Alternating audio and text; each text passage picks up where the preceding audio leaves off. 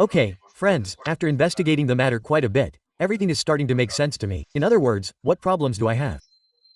I have a problem with the car sometimes, especially when idling or in traffic jams, when I'm braking continuously and the engine has reached low revs.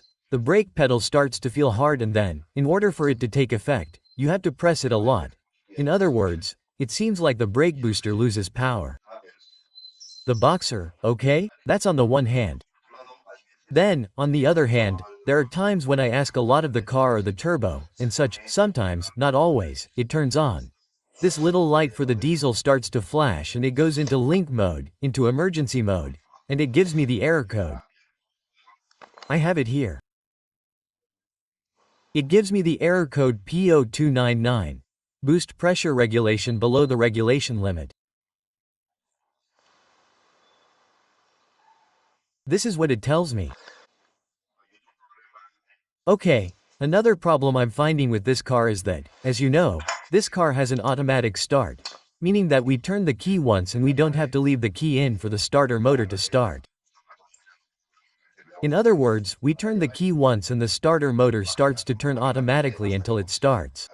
What's wrong with this car? It doesn't start with the first or second turn. It usually takes 3, 4, 5 turns. It takes a little while to start, not too much, but it takes a little while to start. And it does this both when cold and when hot. More when cold than when hot, but both when cold and when hot. Okay? And finally, compared to the EOS, although it's heavier and has a multitronic transmission, it has the same engine, a 2.0 TDI with 140 horsepower. I find it to be quite a bit more sluggish than the EOS.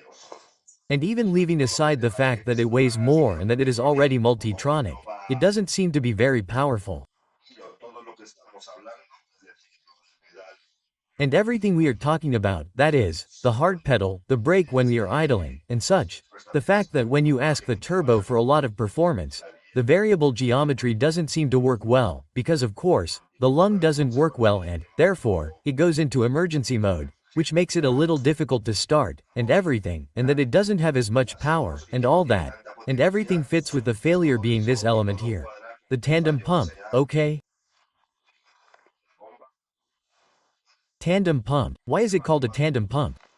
Well, it's called a tandem pump because it has a dual function. On the one hand, it generates vacuum for the circuits that need vacuum in the car, to generate that vacuum that on the one hand, the vacuum from the pump is generated here, okay? This is the tandem pump and the vacuum is generated here.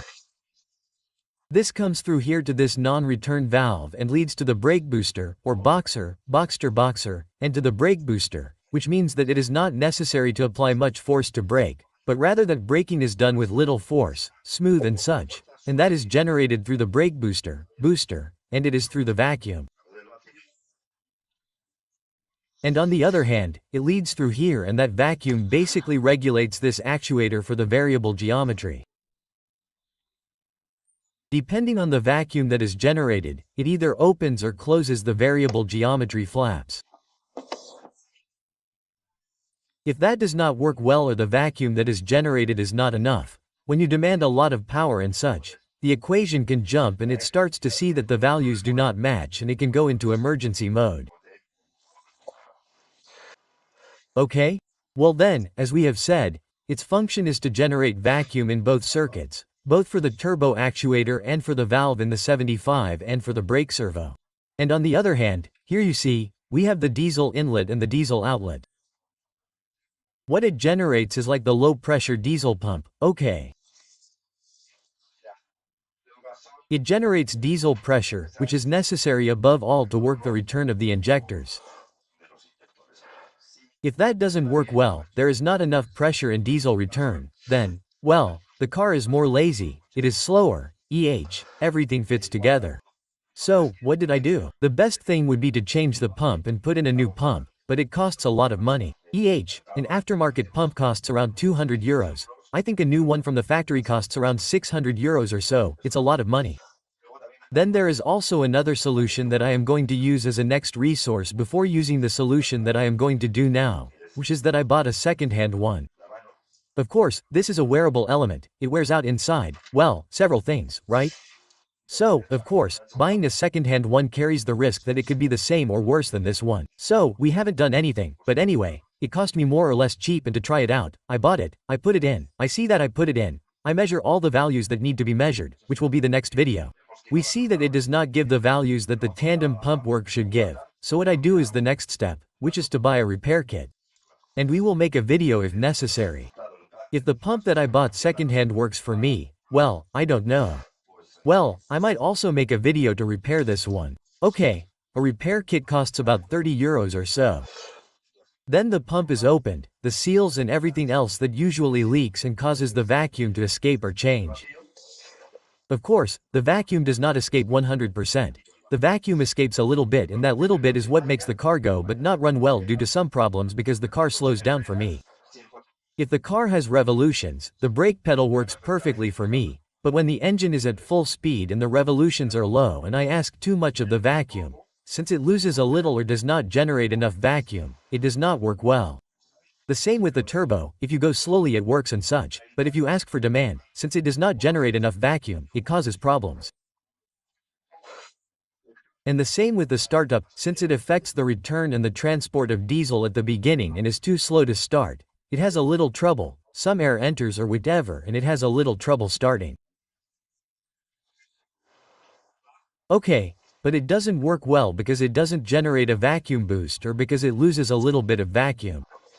Okay, that one, in other words, it doesn't generate a vacuum boost because it loses a little bit of vacuum, that's the reality. So, the solution is to put a new one in. I'm not going to do that for now. The next solution, which is the one I'm going to do, is to put a second-hand one in. Now let's see that. And the third solution, if it doesn't work, is how to repair the vacuum pump. So now in this video we're going to see how to remove this vacuum pump and put in a new vacuum pump, that is, how to replace the tandem pump. Okay, tandem, because it's for vacuum and also for low diesel pressure. So we're going to see step by step, according to the workshop manual, how to replace the tandem pump in all 2.0 TDI engines from the BAG group, Audi, Volkswagen, Seat and Skoda. Look, this is the tandem pump that I bought secondhand. It's from the Boss brand, it's the original Volkswagen Audi and the reference is 03G145209. Remember, this is an Audi A6 2.0 TDI, multitronic engine type 140 horsepower, from 2007. Okay, if you have another model, you'll have to confirm that the reference of your tandem pump is similar. Yes, it works for a lot of engines, right? I mean, several engines of several models and several years are fitted, but anyway, you have to confirm it. Okay, let's go step by step. Okay, well, here we have the gasket, a new gasket. You always have to change the gasket, when you do this type of thing, because if not, after doing the whole thing, if the gasket is bad and you lose everything through the gasket, it's a mess. Okay, let's see the steps to follow to replace this tandem pump. The important thing to keep in mind is that the engine must be cold, and it's logical that you're going to burn yourself if you touch the engine here, and so on, because the fuel tends to get very hot. So, since we have to remove the fuel lines there at the tandem pump, it can splash, burn you, and so on. So, gloves, goggles, a cold engine, and with that we have the safety units. Okay. Look, the next thing we have to do is mark the position of the fuel pipes. The white one, which is the top one, you see. It has the marks there, it's in white, and the bottom one is blue.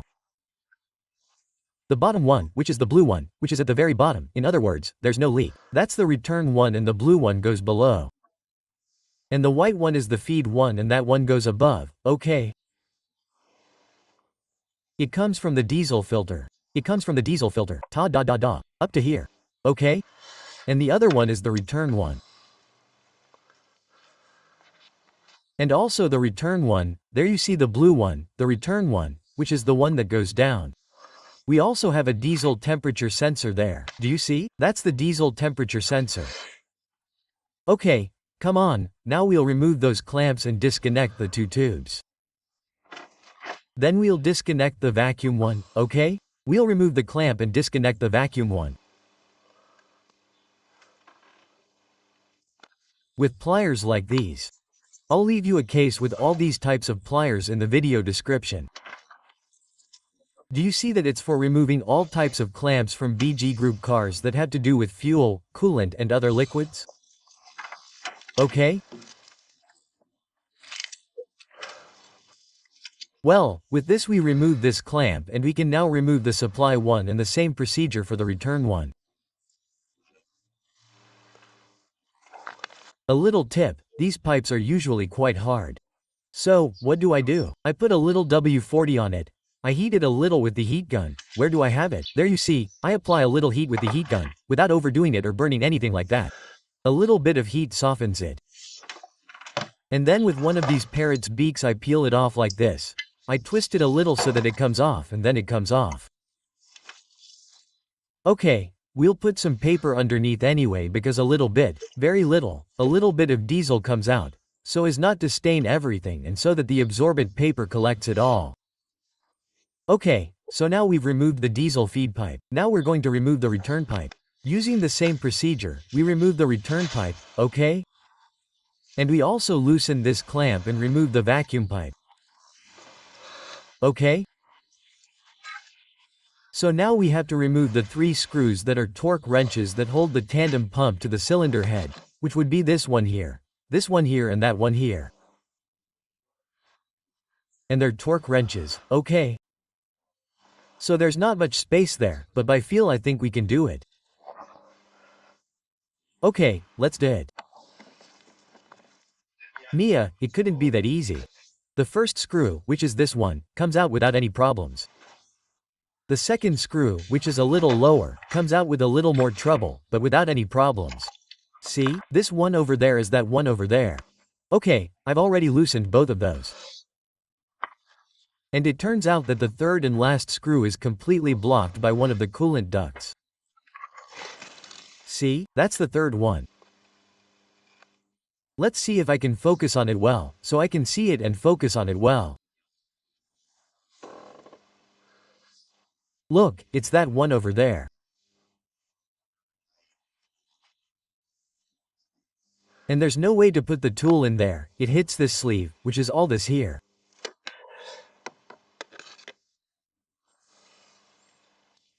Okay? So, nothing, I have to remove this section. It has a screw here and we'll lose coolant. Of course, we'll have to bleed the coolant. I have to unscrew it from here, from down there. That screw down there. Do you see that screw down there? And with that, we would have it more or less free to be able to move it and then remove the clamp. It has 2 clamps. Well, not this clamp, but this is the one I have to remove and I'll take it out. That's it, I have no other choice. Well, look, remove the trunnion, this section of the sleeve, remove this screw. See? Now this is more flexible, but it is attached down there. So, by removing this little screw and removing this connector down here, this one here, I remove the expansion tank and so I have full access to be able to first remove this screw to remove this support and be able to access the screw that I have to remove, which is the one there. Okay, there are 2 more. And with those 2, in principle, I think that I would have that quite free, only needing to remove the clamp over there. Come on, let's remove these 2 nuts and see. By removing this little screw here, I now have great access to this screw here, which is the one that supports the entire section at this height, and this way we would have it free to remove just the arm over there. Let's see if I have space and room to remove it without any problems and not worry about it anymore. I'm already removing this little screw that I have left by hand. There are times when it's better to disassemble certain things to work comfortably and not have to contort myself. I certainly prefer it. Since I'm not racing against time, it's my car, my time and all that, I understand that in a workshop they might look for tricks to save time. I prefer to look for tricks to complicate my life as little as possible. Okay, let's go. Now all I have left is the clamp over there. I'm having a lot of trouble accessing that clamp. So I'm going to remove this little nut that's already loose on this side, which is the diesel fuel supply. It's this one here, but this is also bothering me to remove that one. So I'm going to remove this here, that screw and that sleeve, and that way I think I'll have more space. Okay, there are 2 more and I won't suffer. After removing this and removing this little nut that's there. I already have pretty good access here.